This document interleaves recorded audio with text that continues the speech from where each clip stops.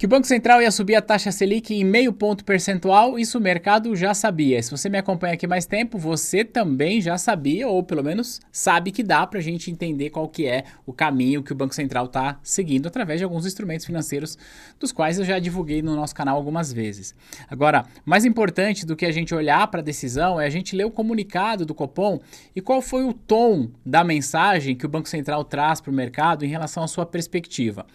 O que embasou a decisão do Banco Central para subir a taxa Selic mais uma vez? E mais importante do que isso, aonde o Banco Central pretende chegar com essa taxa de juros? Será que ela continua subindo? Será que ela vai bater 15, 16, 17? É isso que a gente vai ver nesse vídeo, para a gente falar sobre o comunicado do Banco Central, porque agora é oficial. Temos a maior taxa Selic dos últimos 19 anos, porque a última vez que a Selic esteja em 14,75 foi em 2006, então há quase 20 anos. E agora já não tem mais a desculpa do Roberto Campos Neto, né? Cadê a turma que estava dizendo que a culpa do Brasil era o Campos Neto? Já acabou, né? Já estamos no meio do ano e a Selic continua subindo. Vamos ler aqui o comunicado do Banco Central para que a gente possa entender sobre isso. Antes de eu ler aqui com você e passar pelos principais pontos, eu preciso reforçar aquilo que eu sempre falo em vídeo de Selic. O que você deveria fazer com os seus investimentos agora que a taxa Selic subiu? Resposta: nada. Você não deve pautar a sua decisão de investimento pensando em taxa de juros, senão você vai enlouquecer. Tá? Olha, por experiência, se você tiver uma carteira de investimento mais simples, pautada no seu objetivo, é muito melhor do que você ficar querendo operar notícia, tá bom? Então faça um bom plano financeiro, monte uma carteira que esteja alinhada com o seu perfil e segue. Não é porque a taxa subiu ou caiu que você deveria mexer na sua alocação, tá bom? Pensa mais a longo prazo. Bom, vamos lá, lê aqui o comunicado. Copom eleva a taxa Selic para 14,75. Vou destacar aqui apenas algumas coisas. Primeiro, ele traz aqui pra gente sobre o ambiente externo, mostra-se adverso e particularmente incerto em função da conjuntura da política econômica dos Estados Unidos, principalmente acerca da sua política comercial e dos seus efeitos. Bom, você deve saber, né? O presidente Trump, desde que elegeu, está numa briga comercial aí com muitos países. Desde que se elegeu, não, desde que assumiu o cargo de presidente, está numa briga comercial com muitos países, em especial com a China. Isso pode trazer impactos inflacionários importantes para os Estados Unidos e, consequentemente, para o Brasil. Portanto, isso dificulta a nossa redução de taxa de juros. Aliás, é bom reforçar, a taxa Selic está muito alta, né? Ninguém discorda disso, tá? Não tem ninguém comemorando uma taxa tão alta, porque ela é ruim para a economia como um todo, tá? Não é só para... Ela é ruim para a economia como um todo, porque você deixa de investir, você deixa de produzir, fica muito caro o capital, então você não consegue alocar o seu capital em iniciativas produtivas. Então, não é bom uma taxa Selic alta desse jeito. Mas, quando a gente vê, por exemplo, as políticas comerciais impostas pelo presidente Trump, isso afeta a nossa vida também. A propósito, hoje o Banco Central norte-americano, o Fed, manteve a sua taxa de juros no patamar de 4,25 e 5 ali, que ele trabalha com essa banda. E o comunicado do Jerome Powell, que é o presidente do Banco Central, o mercado tinha uma expectativa de que a partir da próxima reunião o Banco Central norte-americano pudesse começar a reduzir a taxa de juros. Mas o Jerome Powell no seu comunicado já disse, olha... Não sei se a gente vai conseguir reduzir a taxa de juros tão rapidamente. Então, isso traz ainda mais incerteza para a gente, tá bom? Vamos voltar aqui. Fala aqui sobre a política comercial alimenta incertezas sobre a economia global, notadamente acerca da magnitude e da desaceleração econômica e sobre o efeito heterogêneo do cenário inflacionário entre países, com repercussões relevantes sobre a condução da política monetária. Enfim, vamos mais ler isso aqui, já entendemos esse primeiro ponto. Aqui ele fala pra gente sobre o cenário doméstico. Então, temos de olhar os Estados Unidos, portanto, se tivermos uma pressão inflacionária em decorrência das políticas comerciais do presidente Trump, isso tende a pressionar a inflação lá, consequentemente sobe os juros, consequentemente vai subir o dólar aqui, consequentemente vai subir a inflação, a taxa de juros aqui, porque sobe a inflação, precisa subir mais a taxa de juros, tá? Agora falando em cenário doméstico, o conjunto de indicadores da atividade econômica e do mercado de trabalho ainda tem apresentado dinamismo, mas observa-se uma incipiente moderação no crescimento. Tá? Eu sei que parece contraintuitivo, mas o Banco Central que precisa controlar a inflação, manter a estabilidade da moeda e fomentar o pleno emprego, ele também precisa olhar para a dinâmica de geração de emprego. Por quê? Porque se nós temos uma taxa de desemprego muito baixa, essa taxa de desemprego que é muito baixa, ela pode também pressionar a inflação, tá? Porque pressiona salário, pressiona uma série de outros fatores. Então, quando o Banco Central diz assim, olha, observa-se uma incipiente moderação no crescimento, isso é um bom cenário, um bom indicador de que, olha, parece que a economia começa a responder às pancadas que o Banco Central vem dando nas últimas reuniões, subindo a taxa de juros. Porque a economia está crescendo, mas agora eu estou vendo uma moderação no crescimento, isso pode ter um reflexo na inflação lá na frente, tá?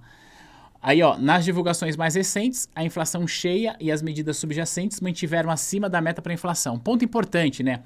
A nossa inflação, ela está, deixa eu só abrir aqui, ó, direto no site do Banco Central, a nossa inflação, ela está acima da meta, tá aqui, ó, em 5,48. E agora, em 2024, entrou em vigor no Brasil o sistema de meta contínua de inflação. Até o ano passado, o Banco Central ele teria cumprido ou não a meta de inflação só no final do ano. Agora a gente sempre analisa os últimos 12 meses e se numa janela de observação a gente ficar 6 meses acima da meta, já diz que o Banco Central não cumpriu a meta de inflação. Portanto, aquilo que a gente aprendeu de que anualmente o presidente do Banco Central precisa enviar uma carta ao ministro da Fazenda caso o Banco Central não cumpra a inflação, não cumpra a meta de inflação, agora muda. No ritmo que está, agora em julho a gente já não vai cumprir a meta de inflação para 6 meses, portanto o Banco Central já vai ter de se explicar. Então a inflação segue pressionada, tá? Muito fora da meta. A meta, o teto é 4,5, nós estamos em 5,48. Só que como eu sempre falo, o mais importante do que a inflação de agora é a expectativa de inflação. A expectativa de inflação precisa ceder. E aí ele traz pra gente que a expectativa está em 5,5 e 4,5 para 2026. Então só o ano que vem temos uma expectativa de estar assim no teto do teto da meta. Então esse ano vamos extrapolar a meta de novo. Tá? E aí ele fala aqui sobre os riscos para a inflação, aí ele vai explicar tanto de alta quanto de baixa. Ele fala sobre uma desancoragem das expectativas de inflação por um período mais prolongado. Essa história de desancoragem de expectativa de inflação, isso aqui é um efeito psicológico da economia que pode provocar a inflação. Por isso que o Banco Central, às vezes, apesar de ser um remédio amargo, subir a taxa Selic é um remédio amargo, às vezes o Banco Central precisa ser duro no comunicado para tentar trazer a expectativa para que ele espera, porque se a nossa expectativa está desancorada, como eu falei, isso é um efeito psicológico que pode provocar a inflação. Eu vou te explicar o que isso quer dizer. Imagina que você que está aqui me vendo tem uma expectativa que o preço da comida vai subir bastante, tá? Nos próximos meses. Tá? O que você faz quando você recebe o seu salário? Não estou falando que o preço subiu, não. Você acha que o preço vai subir. O que você faz? Opa, o preço vai subir. Deixa eu comprar mais, deixa eu estocar arroz aqui, deixa eu estocar comida aqui na minha casa, aquilo que eu puder, certo? Razoável pensar isso. Só que se você pensa isso, e todas as pessoas estão pensando isso, o que acontece? Porque a expectativa das pessoas, dos agentes econômicos, é que a inflação vai subir. Os agentes econômicos se movimentam para antecipar as suas decisões de consumo, para comprar antes de subir o preço. Isso provoca um aumento de demanda, e se isso provoca um aumento de demanda, provoca um aumento de preço. Portanto, você ter uma expectativa de aumento de inflação é uma profecia autorrealizável. Eu acho que vai aumentar, então eu vou lá e compro antes. Se eu compro antes, eu gero mais demanda. Se eu gero mais demanda, o preço de fato aumenta.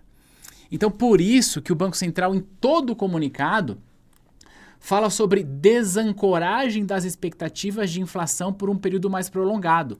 É como se ele dissesse, olha, eu, Banco Central, eu preciso fazer as pessoas, os agentes econômicos, as empresas, eu preciso fazer essa galera acreditar que a inflação não vai subir. Porque se essa galera estiver achando que a inflação vai subir, vai dar ruim. Tá? Uma maior resiliência na inflação de serviços e uma conjunção de políticas econômicas externa e interna que tem um impacto inflacionário maior que o esperado. E aí ele dá exemplo. Por exemplo, por meio de uma taxa de câmbio persistentemente mais depreciada. Taxa de câmbio persistentemente mais depreciada é o nosso real se desvalorizando em relação a outras moedas, principalmente ao dólar. De um jeito bastante simples para você entender, é o dólar subir. E se o dólar sobe, provoca inflação aqui. Então, a taxa Selic, embora ela não seja como seu objetivo primário controlar o preço do dólar, elevar a taxa do Selic contribui para a redução do dólar e, consequentemente, da inflação. Então, não é uma análise isolada. O Banco Central não está olhando, vou subir a Selic por causa do IPCA. É também, mas não só isso. Suba a Selic porque o dólar está muito alto. Embora recentemente ele tenha caído, é verdade. Mas eu preciso ter capacidade de atrair capital para que, tendo capacidade de atrair capital, o dólar não suba ou não fique pressionado, isso não pressione a minha inflação. Eu só estou, entre aspas aqui, traduzindo o que está escrito aqui no comunicado do Banco Central. E aqui ele vai falar um pouco mais sobre riscos de baixa, né? E aí, conjuntura externa, em particular os desenvolvimentos da economia comercial, política comercial norte-americana e a conjuntura doméstica, em particular a política fiscal. Então, o que ele está dizendo? Que, política comercial norte-americana impacta a nossa vida. Tem vídeo aqui no nosso canal falando sobre isso. No Brasil, conjuntura doméstica, a política fiscal tem impactado os preços ativos e as expectativas dos agentes. Mais uma vez, os agentes econômicos, eu não falo aqui só de investidor, eu não falo da Faria Lima, eu falo das pessoas que vivem na economia. Você que está aqui me assistindo é um agente econômico que se move de acordo com as suas expectativas. Então, mais uma vez, se os agentes econômicos estão com expectativas desancoradas, cara, isso é perigoso. Por isso que, quando eu disse que é o efeito psicológico da economia que provoca inflação, porque se eu acredito que vai subir o preço, torna-se uma profecia autorrealizável. O comitê segue acompanhando com atenção como o desenvolvimento da política fiscal impactam a política monetária e os ativos financeiros. E aqui, o Copom decidiu elevar a taxa Selic em meio ponto percentual para 14,75, a maior taxa desde 2016.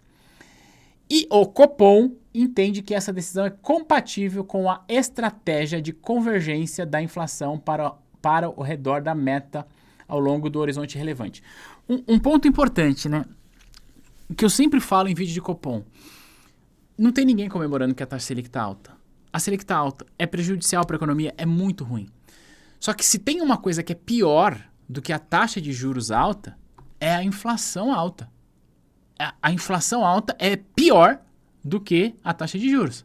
Então, a gente até pode entrar numa discussão de, será que já não era hora de segurar isso aí? Tudo bem, é uma discussão razoável, mas se você desprezar as consequências disso, a inflação, aí a gente fica num debate que não faz tanto sentido assim, né?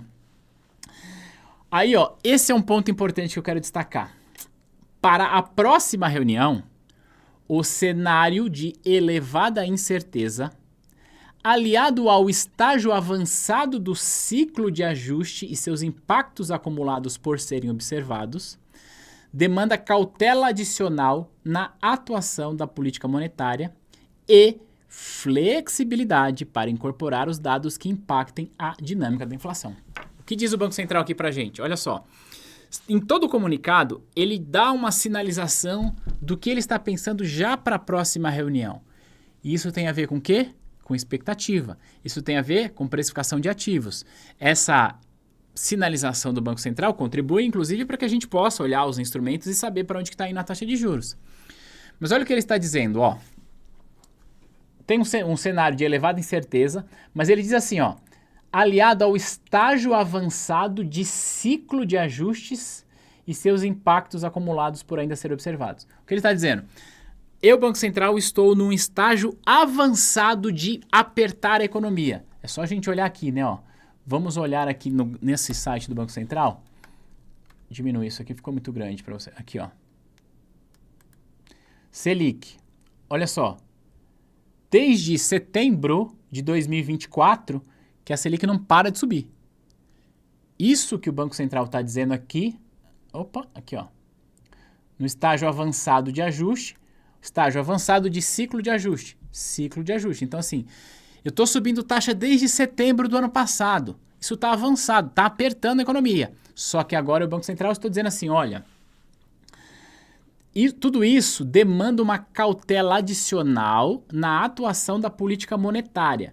Normalmente esses comunicados, o Banco Central diz assim, o comitê antevê para as próximas reuniões uma alta da mesma magnitude ou em magnitude menor. Mas o que ele está sinalizando aqui é o seguinte, olha, e o Banco Central acha que estamos chegando no fim do ciclo, tá? A gente mantém uma cautela adicional, mas a gente quer ter flexibilidade para incorporar os dados que impactem a dinâmica da inflação. Então, assim, é quase ele dizendo assim, olha, eu já estou apertando bastante a economia através dessa taxa de juros. E faz tempo. Então, para a próxima reunião, eu vou ficar de olho. Talvez a gente mantenha, talvez a gente suba, mas aí vai subir um pouquinho mais. Talvez 0,25 para cravar ali nos 15.